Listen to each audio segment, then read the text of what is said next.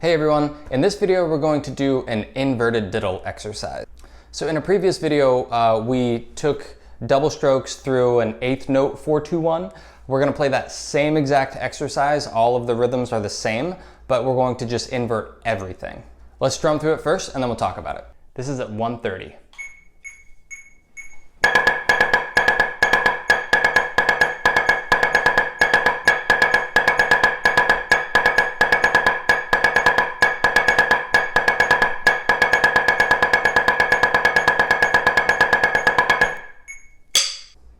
So the rhythms in this exercise are exactly the same as they are in the previous version of this exercise. It's still just 1 E and, 2 E and, 3 E and, 4 E and for the first pattern, and then 1 and a 2 and a 3 and a 4 and a for the second pattern.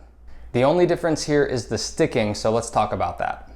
So the sticking in the original version is a very normal sticking for 1 E and if you're going to have a double in there, and that is right, right, left. Since everything here is inverted, it becomes right, left, left. It's still the same rhythm though. It's just a little bit awkward. We're not used to playing 1 E and with a double left if we start on our right hand. So 1 E and, 2 E and, 3 E and, 4 E and. And the second pattern goes from a very normal 1 and a, the normal way would be right, left, left, 1 and a, to 1 and a, right, left, right. And when you do that several times in a row, you get that double right. So 1 and a 2 and a 3 and a 4 and a 1, downbeat on the right hand again. So getting through those first two patterns isn't as big of a challenge. When this becomes tricky is in the turnaround from going back into the first pattern out of the second pattern. And that's because we've got that 1 on our right hand and then the E end on our left again. So it becomes kind of an inverted 5-stroke. So for instance, I'll play the 4 section entirely. 1, 2, 3, 4, 1, 2, 3, 4, 1. And then if we were to go into the 2 section that followed it, I'll just do the second bar in the 4 section leading into the 2 section now. So 1 and a 2 and a 3 and a 4 and a 1 E and. So there again we had at the end and a 1 E and. And that can be a little bit tricky at first. So I'll play through this, follow along, and I'll try to emphasize where that turnaround is. So 1, 2, 3, 4, 1 and a 2 and a 3 and a 4 and a 1 E and, 2 E and, 3 and a 4 and a 1 E and, 2 E and, 3 and a 4 and a 1 E and, 2 and a 3 E and.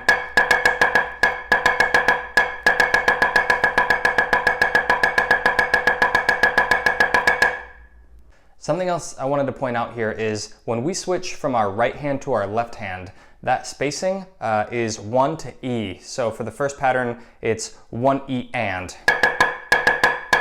So we've got,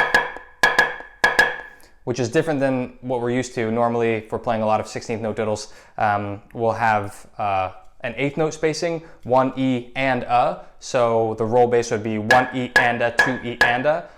Here we've got 1 E, so that first time it's back to back. After that, it switches to even 8th notes apart on E and so 1 E, E, E.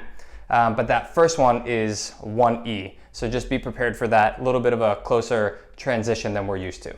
So that second pattern will be 1 and a, so 1 and a 2 and a 3 and a 4. Something that you can do as kind of a check for patterns like this is to really understand and isolate what one hand is doing.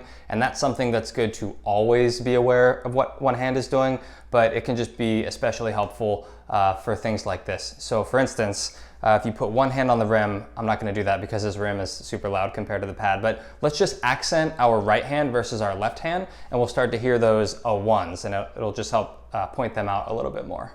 So we'll have 1 E and, 2 E and, 3 E and, 4 E and, 1 and a 2 and a 3 and a 4 and a 1 E and, 2 E and, 3 and a 4 and a 1 E and, 2 E and, 3 and.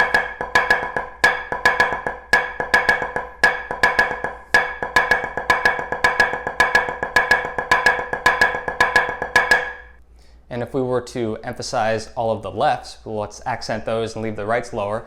That will point those out to us a little bit more. Same rhythm, same counting, of course. So 1 E and, 2 E and, 3 E and, 4 E and, 1 and a 2 and a 3 and a 4 and a 1 E and, 2 E and, 3 and 4.